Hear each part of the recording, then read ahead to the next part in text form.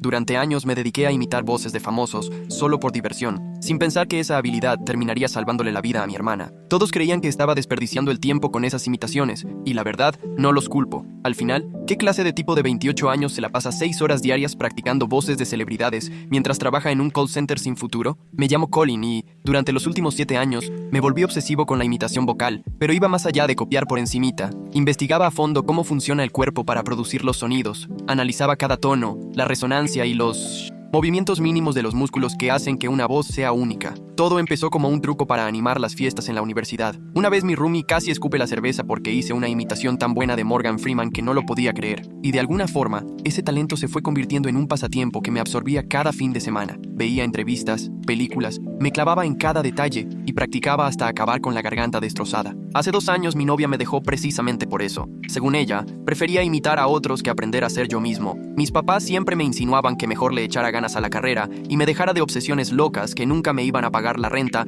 ni a llevar a ningún lado serio. Pero yo no podía parar. Algo tenía el proceso de desmenuzar una voz y reconstruirla a mi manera que era casi como meditar, como si armaras un rompecabezas en el que las piezas fueran la memoria muscular y el control de la respiración. Incluso tenía un cuaderno lleno de apuntes y grabaciones donde analizaba mi avance con distintas celebridades, como si estuviera haciendo un estudio científico. Para 2023, ya podía convencer a cualquiera al teléfono de que era desde Tom Hanks o Samuel Jackson, hasta políticos como Obama o Trump, incluso youtubers y podcasters cuyos patrones de voz tenía súper estudiados. Mi hermana menor, Tessa, siempre pensó que era algo cool cuando éramos niños. Me pedía voces diferentes en el coche o cuando necesitaba animarse, pero ya de grande empezó a decir lo mismo que los demás, que ya era hora de crecer y dedicarme a algo que sí importara. Ella estudiaba premedicina en Stanford y era todo lo que yo no, brillante, enfocada y dedicada. Las cenas familiares se sentían incómodas porque mis papás solo hablaban maravillas de ella y después, con el tono más optimista del mundo, me preguntaban si había pasado algo interesante con mi obsesión. La última vez que vi a Tessa fue en Navidad,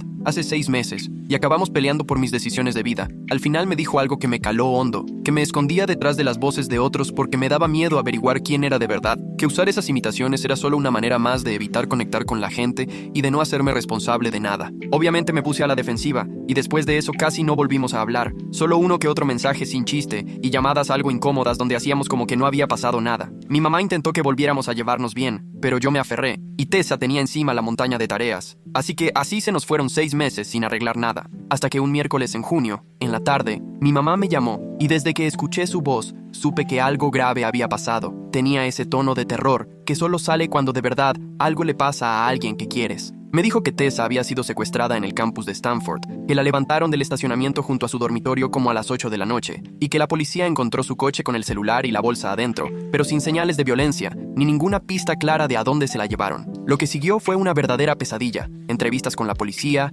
llamadas con mis papás, ellos vivían en Sacramento a 3 horas, yo estaba en San José, tratando de organizar todo. La policía sí estaba metida en el asunto por lo delicado que era, y repetían a cada rato que las primeras 24 horas eran cruciales, que cualquier pista sobre si Tessa tenía problemas con alguien, algún acosador o enemigo, era súper importante. Pero Tessa no tenía enemigos. Todo el mundo la quería, siempre metida en la escuela, en el voluntariado, apenas si salía con alguien porque era clavada con la carrera. Cuando los detectives me preguntaron cuándo fue la última vez que hablé con ella, tuve que admitir que solo habían pasado 3 semanas desde el último mensajito sin importancia, y me fui para atrás de la culpa. 6 meses estuvimos distanciados por una pelea absurda, y lo último que habíamos intercambiado fue puro reproche. Mis papás llegaron cerca de la medianoche, y nos quedamos en un hotel junto al campus. Nadie pegó el ojo toda la noche, solo esperando a que sonara el teléfono con noticias de la policía o alguna llamada de rescate que no llegaba. Cuando al fin hubo llamada de rescate, fue 36 horas después de que Tessa desapareció, pero no llegó a nuestros celulares. La recibieron en la línea anónima de la policía y el detective encargado nos mandó llamar directo. Nos pusieron la grabación y sentí como si se me helara la sangre al escuchar la voz distorsionada,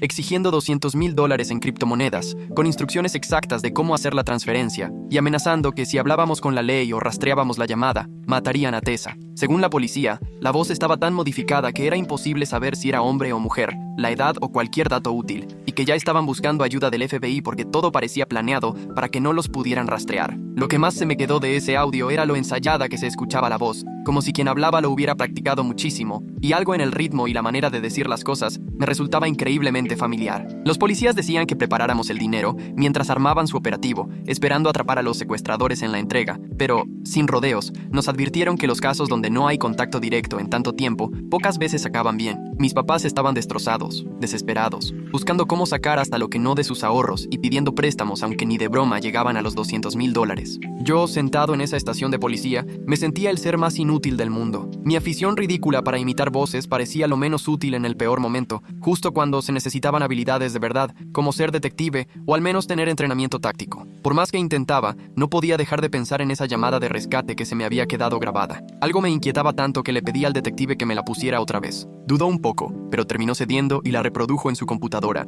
dejándome escucharla 3 veces seguidas con audífonos. Yo, mientras tanto, estaba totalmente clavado tratando de descifrar los patrones de la voz detrás de toda esa distorsión electrónica. La distorsión era muy marcada, pero no perfecta. Había pequeños momentos en los que se colaba la voz original y empecé a captar ciertos detalles fonéticos que no lograba encubrir del todo. La forma en que se marcaban algunas consonantes, ese ligero ceseo en las S, el ritmo peculiar con el que remarcaba las palabras largas, todo eso me sonaba demasiado familiar, porque me había preparado justo para identificar ese tipo de huellas vocales. A la 4ª vez que la escuché, de pronto todo hizo sentido y sentí un golpe de reconocimiento tan fuerte que solté un jadeo sin poder evitarlo. El detective, medio preocupado, me preguntó si estaba bien y le dije que tenía que escuchar la grabación una vez más, que necesitaba estar completamente seguro antes de contarle lo que pensaba, porque sonaba demasiado absurdo. Pero a la 5ª vez, ya no tuve dudas. Supe exactamente de quién era esa voz distorsionada. Reconocerla me revolvió el estómago, porque estaba más que seguro tras tantas horas de práctica y estudio. Era la voz de Russell Crowe, o bueno, de alguien que intentaba imitarlo. No llegaba a la perfección, pero sí era bastante creíble. Lo supe porque el año pasado pasé 3 meses perfeccionando justo mi imitación de Russell Crowe. Me chuté decenas de entrevistas y escenas suyas, y ya podía identificar a la perfección los patrones y trucos que le daban su estilo al hablar. Entonces me cayó el 20. El secuestrador no estaba usando la distorsión electrónica como recurso principal. Lo que hacía era imitar una voz famosa, y encima le ponía el efecto para que fuera todavía más difícil de identificar, seguro pensando que así nadie descubriría quién era. Intenté explicarle todo esto al detective, pero me vio como si estuviera desvariando, que si estaba tan mal que ya deliraba. Me preguntó qué pruebas tenía de que era solo una imitación bajo la distorsión, y le conté sobre mi experiencia imitando voces y cómo había aprendido a detectar los gestos musculares y decisiones fonéticas de cada voz. Él, educado pero cortante, dejó claro que ya estaban trabajando con expertos del FBI y que cualquier cosa útil la descubrirían ellos, que mejor dejara todo en manos de los profesionales y me concentrara en estar ahí para mis papás. Pero yo no podía dejarlo así porque estaba seguro de que tenía razón. Alguien estaba imitando a una celebridad para esconder su identidad, lo que seguramente significaba que tenía conexión con el mundo del doblaje, la locución o algo parecido. Pregunté si había forma de analizar a qué actuaciones de Russell Crowe se parecía más la imitación, pensando que tal vez podríamos definir mejor el perfil o los antecedentes del imitador, pero el detective prácticamente me dio el avión y me sugirió ir a descansar. Mis papás se dieron cuenta de que yo estaba metido en algo y mi papá me preguntó qué traía en la cabeza, así que les conté mi teoría de la imitación de voz. Mi mamá solo se veía devastada, como si fuera otra señal de que no quería aceptar la realidad, y mi papá con voz tranquila me preguntó si quizás solo buscaba cómo sentirme útil, en vez de aceptar que había cosas fuera de nuestro control. Su reacción me dolió, pero la entendí porque para ellos yo andaba obsesionado con voces famosas mientras su hija estaba secuestrada quién sabe en dónde, y nada de lo que decía parecía ayudar para encontrar a Tessa. Pero yo no podía soltar la idea de que estaba en lo correcto, y sentía que todos esos años de práctica obsesiva al fin servían para algo. Si lograba descubrir quién era el que hacía la voz de Russell Crowe, tal vez podríamos dar con el secuestrador antes de que la cosa se saliera de control el día del intercambio. Entonces decidí cambiar de estrategia y me puse a pensar quién, en la vida de Tessa, podría tener experiencia actuando, en doblaje o haciendo imitaciones, alguien con la habilidad para hacer una voz decente de celebridad y además acceso a ella dentro del campus. Al regresar al hotel me la pasé horas revisando las redes sociales de Tessa, viendo a todos sus seguidores y buscando si alguien tenía relación con el mundo del espectáculo. La mayoría eran estudiantes de medicina o amigos del voluntariado, nada que me diera buena espina. Pero después se me hizo raro encontrar, entre sus seguidores de Instagram, a un tal Damian Fulton, que en su perfil se describía como actor de voz e imitador. Al revisar, vi que había comentado varias veces en los posts de Tessa el último año. No era nada evidentemente raro, pero sí lo suficiente como para notar que estaba atento.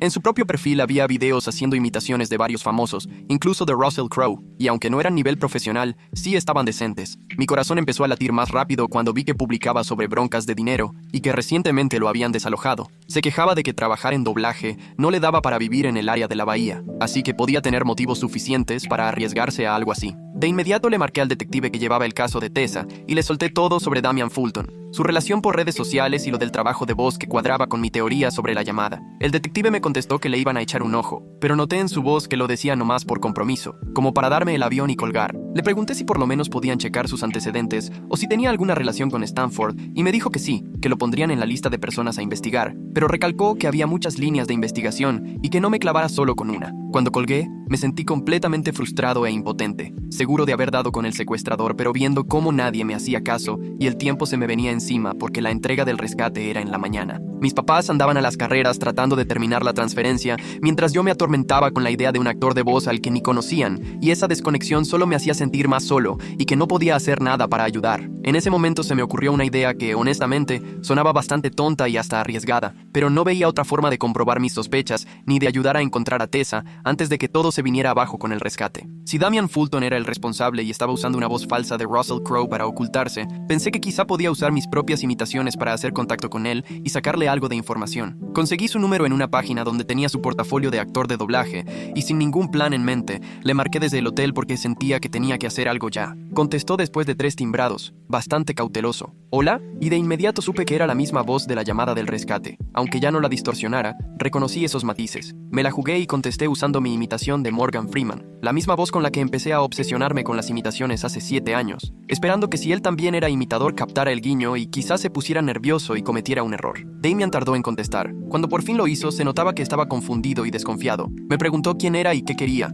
Yo, sin salirme del personaje de Freeman, le dije que sabía exactamente lo que había pasado y que debía soltar a la chica antes de que el asunto se descontrolara. Otra vez silencio, ahora más largo, hasta que se rió y me dijo que o era muy valiente o muy tarado por buscarlo así. Quiso saber cómo lo había localizado y por qué pensaba que sabía algo. Le respondí, todavía con la voz de Freeman, que había cachado su imitación de Russell Crowe en la llamada de rescate, que yo también era actor de doblaje y que conocía a la perfección esas actuaciones en las que él se basaba. Le solté que la policía ya le seguía el paso y que la mejor salida era liberar a Tessa para ver si así podía negociar una condena menor. De pronto el tono de Damian cambió, se puso más pesado y me dijo que si de verdad estuviera colaborando con los polis, no le habría marcado yo solo, como principiante, que era obvio que actuaba por mi cuenta y que había cometido un error letal. Me amenazó diciéndome que si la policía o alguien más se enteraba de nuestra plática, mataría a Tessa en ese instante, que ya no tenía nada que perder y no le importaría cargar con un problema más. En ese momento sentí como si el corazón se me saliera del pecho y dejando de lado la voz de Morgan Freeman, hablé como yo mismo y le rogué que me dijera si Tessa estaba bien, si no le había hecho daño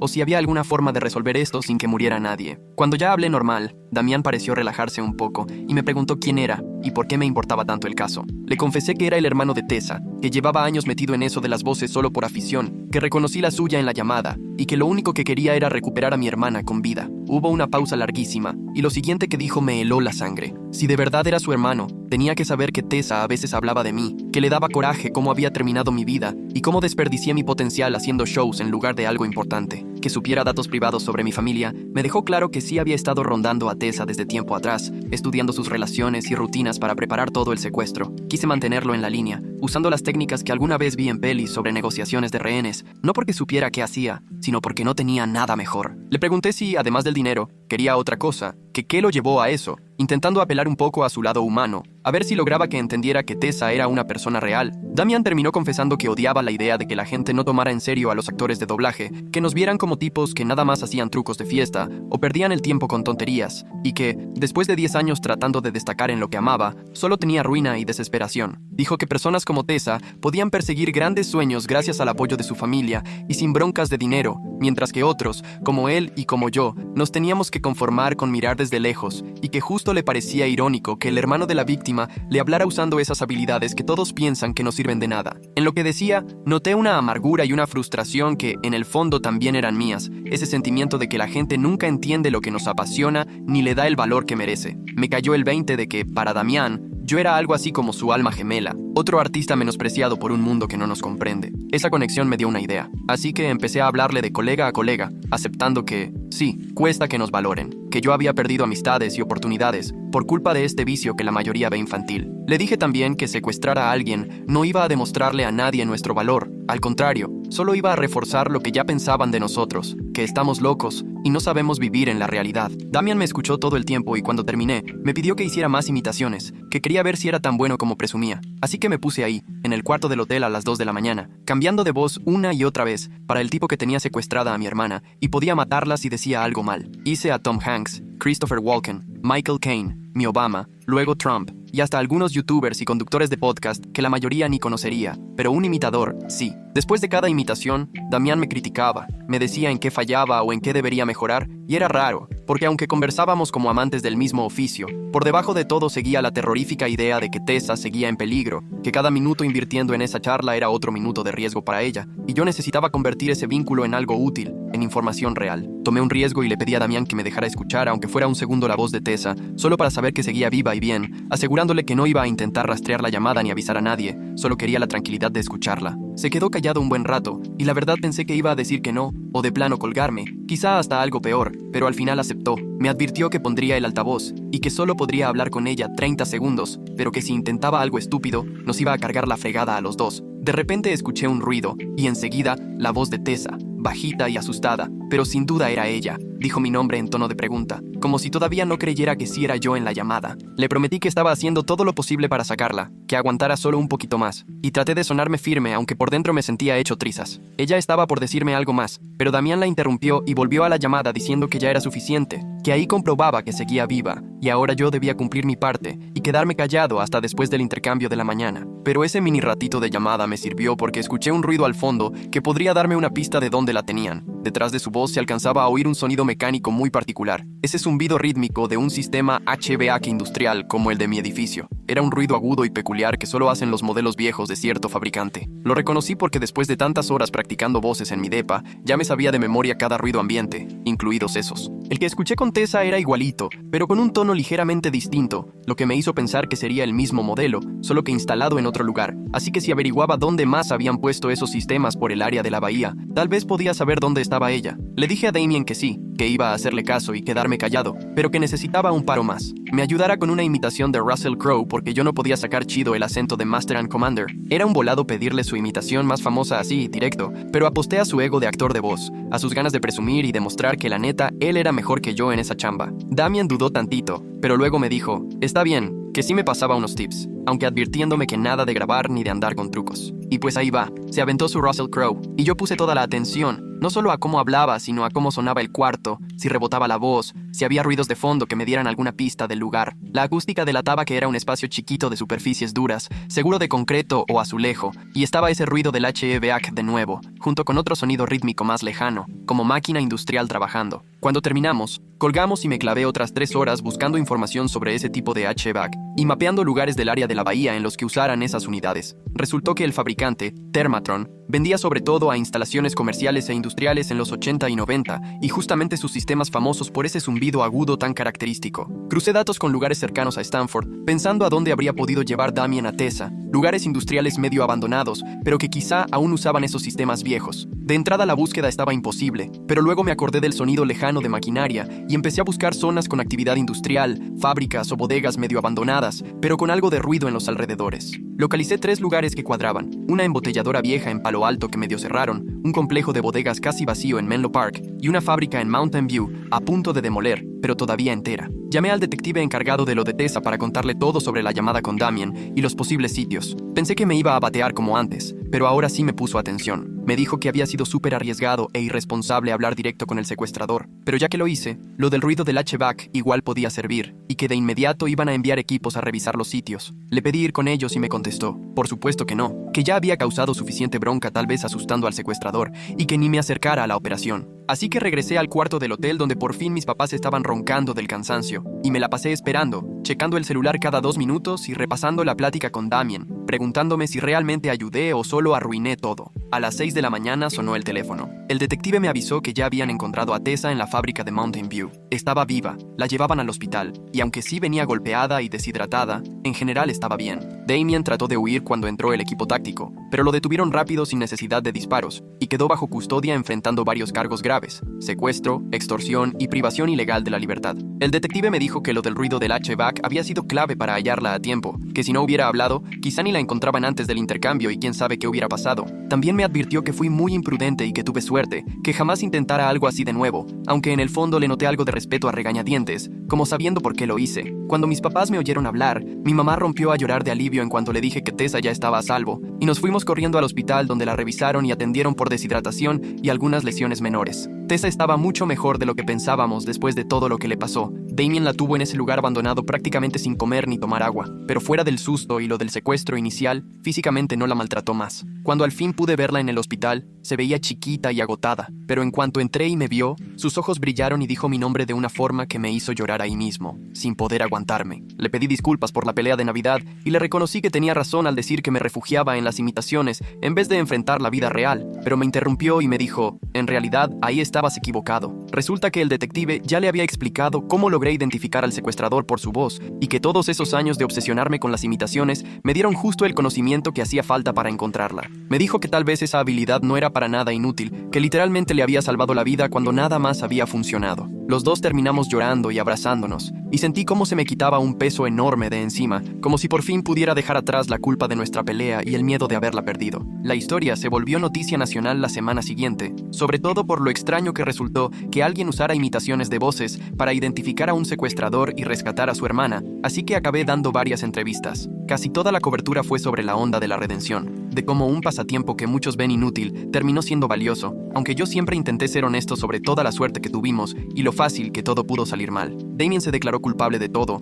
a cambio de una condena de 25 años, sin derecho a libertad condicional durante los primeros 15, y en los documentos del juzgado salió que llevaba meses planeando el secuestro, obsesionado con Tessa por lo que publicaba en sus redes. Según él, sus posts sobre la carrera de medicina y la vida cómoda de la familia lo convencieron de que ella tenía todo fácil y él no, así que tanto fue por dinero como por castigar a alguien que, según él, tenía todo servido mientras él la pasaba mal. Leer lo que declaró me dejó una mezcla bien rara de enojo y compasión, porque por un lado entendía la frustración de sentirse invisible, pero por el otro, me daba horror ver cómo ese coraje terminó afectando a una persona inocente. Todo esto cambió mi relación con las imitaciones de voz de formas que todavía trato de digerir meses después. Sigo practicando y disfrutando ese arte, pero ahora cargo con el peso de saber que una habilidad que perfeccioné por puro gusto fue clave en un momento de vida o muerte y quién quita y un día vuelva a ser útil. Varios me han preguntado si ahora quisiera dedicarme al doblaje o la actuación de voz, aprovechando que tengo esta historia cañona que contar, pero la verdad no sé si quiero irme por ahí. Siempre lo hice por satisfacción personal y porque me encantaba dominar algo difícil, así que si lo convierto en trabajo, tal vez mate esa motivación tan auténtica. Lo que sí tengo bien claro es que nunca más me voy a sentir avergonzado o a la defensiva cuando se burlen de que mi pasatiempo es infantil o inútil, porque si algo tengo, es la prueba de que hasta lo que parece inútil puede servir de formas inimaginables. Ahora Tessa y yo hablamos mucho más seguido que antes del secuestro, y ya regresó a Stanford para terminar la carrera, aunque ahora con un montón de medidas de seguridad. A veces hasta me dice de broma que ya debería poner en mi CV que sé negociar con secuestradores, y aunque lo diga jugando, tiene razón en eso de que lo que nos apasiona nos termina transformando de maneras que uno no se espera. Mis papás también cambiaron de chip respecto a mi afición. Pasaron de echarme carrilla de buena onda a presumir frente a todo el mundo cómo las voces de su hijo le salvaron la vida a su hija. La neta, sí me da algo de penita escucharlos en reuniones y cenas, pero entiendo que es su manera de lidiar con el susto de casi perder a Tessa, dándole un sentido diferente a lo que pasó. Por momentos me ha abrumado un poco la atención, con gente que ni conozco acercándose a contarme historias de talentos menospreciados que terminaron siendo súper útiles, o preguntándome si les puedo enseñar a imitar voces, como si fuera un superpoder que cualquiera agarra nomás de intentarlo. Yo siempre les explico que me tomó 7 años de práctica diaria lograr distinguir voces, incluso con distorsión y toda la cosa, que no hay atajos para afinar el oído a los detalles de la voz, pero la mayoría prefiere creer en soluciones mágicas o talento instantáneo en vez de aceptar que eso se construye poco a poco. Lo más inesperado fue que otros actores de voz y personas que también imitan empezaron a buscarme para compartirme cómo ellos tampoco han sido valorados, y salió una comunidad que ni sabía que existía, donde se toma el arte de verdad en serio. De ahí me animé a asistir a talleres y a convivir con gente que lleva años en el doblaje, aprendiendo métodos y técnicas que jamás habría agarrado practicando solo en mi cuarto. Todo eso me abrió el panorama de lo que puede ser el trabajo de voz, más allá de solo hacer imitaciones chistosas en fiestas, y descubrí cosas como la narración de audiolibros o crear voces originales, algo que ni me había imaginado. Está curioso porque, en parte, Damien tenía razón sobre lo poco que se valora a los actores de voz, y cómo a veces ni nos pelan, pero mientras él usó eso para dañar, yo encontré una comunidad con la que compartir mi pasión y entender lo que cuesta dedicarse de verdad. A veces pienso en ese contraste, cómo dos personas con el mismo tipo de habilidades y frustraciones pueden acabar tomando caminos tan distintos, y sinceramente agradezco que mi obsesión terminara en algo positivo y no en destrucción. Si llegaste hasta aquí, eres de los que sí son fans de verdad. Échame la mano con un like y suscríbete para que no te pierdas lo que venga luego.